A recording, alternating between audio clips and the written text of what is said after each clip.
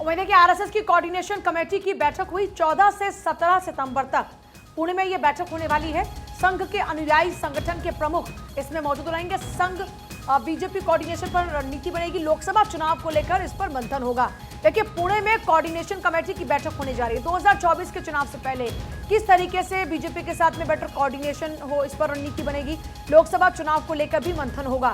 तो ये पुणे में कोऑर्डिनेशन बैठक होने जा रही है। कोऑर्डिनेशन कमेटी की बैठक होने जा रही है। आरएसएस की कोऑर्डिनेशन कमेटी की बैठक होगी पुणे में 14 से 17 सितंबर तक पुणे में ये बैठक होने जा रही है। और संघ के जो अनुयायी संगठन के प्रमुख हैं वो इस बैठक का हिस्सा होंगे। संघ बीजेपी कोऑर्डिनेशन पर रणनीति बनेगी और इसके अलावा 2024 के चुनाव को लेकर भी इस कोऑर्डिनेशन कमेटी की बैठक में डिस्कस होने वाला है, चर्चा होने वाली है।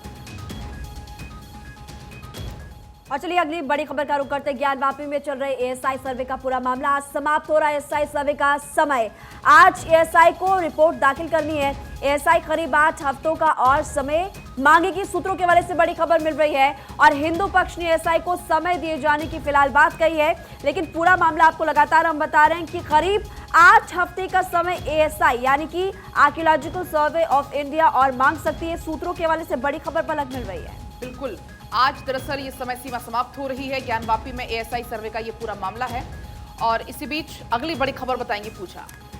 और देखिए बड़ी खबर ये है कि ममता बनर्जी नाराज हैं। दरअसल ये खूब चर्चा में हुआ जैसे इंडिया गठबंधन की बैठक हुई, ममता बनर्जी वहां वक्त से पहले चली गई तो ये चर्चा होने लगी कि राहुल गांधी जो अडानी का विषय उठा रहे हैं इस बात पर ममता नाराज हो गई। और भी कई विषय थे, लेकिन उसके बाद सीट बंटवारे को लेकर भी नाराजगी की बात आई। इन सबसे इतर खुद टीएमसी की ओर से अब सफाई आई है। टीएमसी ये कह रहे हैं कि साहब ममता बनर्जी की जिस नाराजगी का जिक्र किया जा रहा है, ममता बनर्जी की ऐसी कोई नाराजगी है ही नहीं। इससे पहले देखिए अभिषेक बनर्जी की राहुल गांधी से मुलाकात भी हुई थी दिल्ली में और दोनों के बीच में चर्चा इस बात को लेकर हुई कि बात सीट शेयरिंग को लेकर हुई है।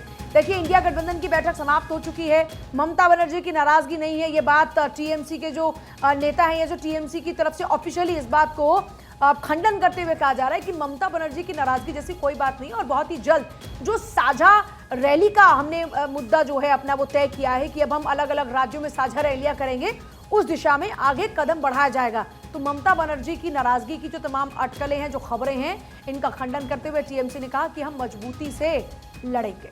तो देखिए अब अगली खबर आपको बताते हैं। आरएसएस चीफ मोहन भागवत ने दरअसल बड़ा दावा कर दिया है। क्या कुछ उन्होंने कहा ये आपको बताते हैं। उन्होंने कहा कि हिंदुस्तान एक हिंदू राष्ट्र है और यही सत्य है, यही सच्चाई है। वैचारिक रूप से सभी भारतीय हिंदू हैं और हिंदू का मतलब सभी भारतीय हैं। हालांकि उन्होंने ये भी कहा कि जो लोग ये बात नहीं समझते या फिर इस बात का खंडन करते हैं वो स्वार्थी हैं, वो अपने स्वार्थ के बारे में सोचते हैं। तो कल आपको बता दें कि नागपुर में आरएसएस चीफ मोहन भागवत ने बड़ी टिप्पणी की है, बड़ा दावा किया और कहा है कि हिंदुस्तान एक हिंदू राष्ट्र है, ये सत्य है, ये सच्चाई है। लोगों को ये बात समझनी चाहिए और जो लोग इस बात को मानते नहीं है वो स्वार्थी हैं। बिल्कुल, अब आगे बढ़ेंगे। एक और बड़ी खबर इस वक्त मिल रही है मणिपुर से, जहां पर हिंसा का कहर नहीं थम रहा। लगातार हिंसा की खबरें मणिपुर से सामने आ रही हैं। मणिपुर में बीते 4 दिन में 12 और मौतें हो चुकी हैं। मैरीकॉम ने केंद्रीय गृह मंत्री को पत्र लिखा है। कौम जाति को बचाएं, मैरीकॉम की तरफ से कहा गया है, क्योंकि जो हालात मणिपुर में बने हुए हैं, जो तस्वीरें मणिपुर से बार बार निकलकर सामने आ रही है, वाकई वो चिंता का विषय है। अगर अब बात कर लें बीते 4 दिन की, तो यहाँ पर 12 और मौतें हुई हैं। मैरीकॉम ने अब केंद्रीय गृह मंत्री को यह पत्र लिखा है। कौम जाति को बचाइए, मैरीकॉम की तरफ से कहा गया है। हालांकि केंद्र की तरफ से बार बार इस बात का आश्वासन दिया जा रहा है कि मणिपुर में हालात अब सामान्य हो रहे हैं, लेकिन इसके बाद भी कल भी यहां पर मौत की खबरें कई निकलकर पूजा सामने आई थी। और इसी बीच एक और बड़ी खबर जेट एयरवेज से जुड़ी हुई, जहां पर जेट एयरवेज के संस्थापक गिरफ्तार हुए हैं। ईडी ने नरेश गोयल को गिरफ्तार किया है, ये बड़ी जानकारी है। मनी लॉन्ड्रिंग के मामले में नरेश गोयल की गिरफ्तारी हुई है और हाल ही में सीबीआई ने गोयल के 60 ठिकानों पर एक साथ छापेमारी की थी। देखिए पलक, इसी बीच मैं तमाम दर्शकों को ये भी बता दूं कि भारत 24 का सहयोगी न्यूज़पेपर फर्स्ट इंडिया, इन लोगों की भी यही हेडलाइन है कि ED arrest jet Airways boss इन 538 करोड़ फ्रॉड। देखिए ये फिलहाल अब बड़ी कार्रवाई की जा रही है। अलग अलग जगहों पर पूजा यहाँ पर छापेमारी की गई थी इस पूरे मामले को लेकर, क्योंकि शिकायत कैनरा बैंक ने की थी और उसके बाद से अब कार्रवाई में बड़ी बात निकलकर सामने आई है। बड़ा स्कैम, बड़ा फ्रॉड 538 करोड़ का। देखिए बिल्कुल जाहिर सी बात है, सीबीआई ने गोयल के 7 ठिकानों पर छापेमारी भी की और गोयल और अन्य पर मामला दर्ज भी किया है। मनी लॉन्ड्रिंग का मामला दर्ज हुआ है। तो अब जरा देखिए कि जेट एयरवेज के संस्थापक गिरफ्तार भी हो चुके हैं। ईडी ने नरेश गोयल को गिरफ्तार भी कर लिया, क्योंकि ये मनी लॉन्ड्रिंग का मामला है। तो ऐसे में आप समझ सकते हैं कि मनी लॉन्ड्रिंग के मामले में एक्शन तेजी से बढ़ रहे हैं आगे, और अब जो भी फ्रॉड कर रहा है उनको बख्शा नहीं जा रहा। इस बीच एक और बड़ी खबर है और ये जुड़ी है आरबीआई गवर्नर से। शक्तिकांत दास का दुनिया में डंका बज रहा है। अमेरिकी ग्लोबल फाइनेंस पत्रिका ने बेस्ट बैंकर कहा है उनको। बेस्ट बैंकर चुने जाने पर शक्तिकांत दास के लिए आप देखिए लगातार बधाइयों का सिलसिला शुरू हो चुका है। इस बीच खुद देश के प्रधानमंत्री ने कहा भारत के लिए ये गर्व का क्षण है। देखिए जाहिर सी बात है, भारत एक बढ़ती हुई अर्थव्यवस्था है। इस बीच आरबीआई के गवर्नर शक्तिकांत दास का जब दुनिया में डंका बज रहा है तो इससे जो इकोनॉमिकल वे में अगर देखा जाए तो हम कितने स्ट्रांग हो रहे हैं। दूसरा, हमारी जो उसे लेकर पॉलिसीज हैं उसको लेकर भी आप समझ सकते हैं कि दुनिया इस बात को मान रही है कि जब जब दुनिया में रिसेशन का दौर आता है तो जो भारत की अर्थव्यवस्था है वो अपने आप को संभाल पाती है। जरा सोचिए, बड़ी बड़ी अर्थव्यवस्था चरमरा जाती है रिसेशन के दौर में। इतनी सारी जब जब चुनौतियां सामने आई है, भारत टिका रहा और इस बार शक्तिकांत दास का डंका बज रहा है। उनको बेस्ट बैंकर चुना गया है। बेस्ट बैंकर उनके चुने जाने पर पीएम मोदी कह रहे हैं कि ये गर्व का क्षण है। और खास बात तो पूजा ये कि उनको A+ रेटिंग यहाँ पर मिली है, जिसको लेकर के फिलहाल प्रधानमंत्री ने शुभकामनाएं दी। अगली बड़ी खबर आपको पंजाब से बताते हैं। अब देखिए, पंजाब में टोल टैक्स की कीमतें बढ़ गई है और अब सिंगल साइट के लिए आपको 165 रुपए देने होंगे। 1 सितंबर से रेट में इजाफा किया जा रहा है। जालंधर पानीपत टोल प्लाजा की अगर बात करें तो 6% टोल यहाँ पर बढ़ा है, यानी कि अब लोगों को अपनी जेब ढीली करनी पड़ेगी। जालंधर पानीपत टोल प्लाजा पर 6% टोल बढ़ गया है और अब सिंगल साइट के लिए आपको 165 रुपए फिलहाल देने होंगे। बिल्कुल महिमा, सीधा यहाँ पर जेब पर असर पड़ेगा। एक और बड़ी खबर इस बीच हम दर्शकों को बता देते हैं। अजीत पवार को ईडी ने राहत दे दी है। ईडी ने अजीत का नाम सप्लीमेंट्री चार्जशीट से हटा दिया है। अजीत पवार की पत्नी का नाम भी चार्जशीट से हटा दिया गया है। सप्लीमेंट्री चार्जशीट में कुल 14 लोगों के नाम हैं। चार्जशीट में शिवसेना नेता अर्जुन खोतकर का भी नाम है, लेकिन बड़ी खबर इसमें यह है कि अजीत पवार को ईडी ने फिलहाल राहत दे दी है। अजीत पवार को भी और उनकी पत्नी को भी सप्लीमेंट्री चार्जशीट से उनका नाम हटा दिया गया है। देखिए जाहिर सी बात है, ये एक राहत की बात अजीत पवार के लिए है। डेप्यूटी सीएम है इस वक्त मौजूदा महाराष्ट्र में और जो मामला उन पर चल रहा था उस सप्लीमेंट्री चार्जशीट में से उनका नाम हट चुका है। इस बीच और भी तमाम बड़ी खबरें हैं जिनका रुख कर लेते हैं। इनमें देखिए, लिव इन संबंधों पर इलाहाबाद हाईकोर्ट की एक टिप्पणी आई है जिसका जिक्र अब करेंगे। इलाहाबाद हाईकोर्ट ने लिव इन रिलेशनशिप की निंदा की है। विवाह को खत्म करने की सुनियोजित साजिश बताया है लिव इन को। हम भविष्य में अपने लिए समस्या खड़ी कर रहे हैं। लिव इन विवाह को नष्ट करने का व्यवस्थित डिजाइन है। हाईकोर्ट ने ये कड़ी टिप्पणी की है। देखिए, आप अगर देखें कि लिव इन रिलेशनशिप को लेकर इसको कहा गया कि ठीक है, अगर दो लोग अपनी सहमति से रहना चाहते हैं तो आपको इजाजत है, लेकिन इस बीच इलाहाबाद हाईकोर्ट ये कह रहा है कि साहब, जो हमारे समाज में एक व्यवस्था है शादी, उस व्यवस्था को तोड़ने के लिए ये लिव इन रिलेशनशिप है, विवाह को खत्म करने की सुनियोजित साजिश। इसका अर्थ अपने आप में बहुत बड़ा है। हाईकोर्ट सीधे तौर पर कह रहा है कि लिव इन रिलेशनशिप की जगह नहीं होनी चाहिए क्योंकि ये हमारे लिए भविष्य में समस्या को खड़ी कर रहा है। और अगली खबर अब आपको बताएंगे, दिल्ली में महंगी होगी हवाई यात्रा।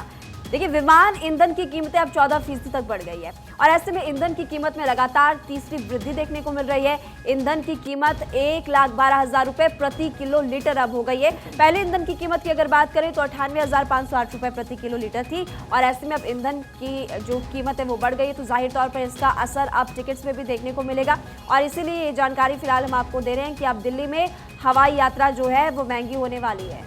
इस बीच एक और बड़ी खबर है, सिंगापुर को फिर मिला भारतवंशी राष्ट्रपति। थर्मन षणमुगारत्नम को भारी मतों से उन्होंने जीत हासिल की है। थर्मन षणमुगारत्नम होंगे सिंगापुर के राष्ट्रपति, ये बड़ी जानकारी है। तो भारतीयों का डंका एक बार फिर सिंगापुर में देखने को मिला है। भारतवंशी राष्ट्रपति चुने गए हैं थर्मन षणमुगारत्नम। देखिए जाहिर सी बात है, भारत से जो लोग जुड़े हुए हैं, भारत की संस्कृति को जो लोग जानते हैं, जिनका जुड़ाव भारत से है और जिनका खुद आधार भारत है, आज वो लोग दुनिया में जीत हासिल कर रहे हैं। सिंगापुर, सोचिए, सिंगापुर के राष्ट्रपति इस वक्त वो चुने गए हैं। मतलब आप समझिए जरा कि अंतर्राष्ट्रीय स्तर पर जब बड़े बड़े देशों के अंदर भारत के लोगों को पसंद किया जा रहा है, ये भारत के लिए अपने आप में एक बड़ी अचीवमेंट है।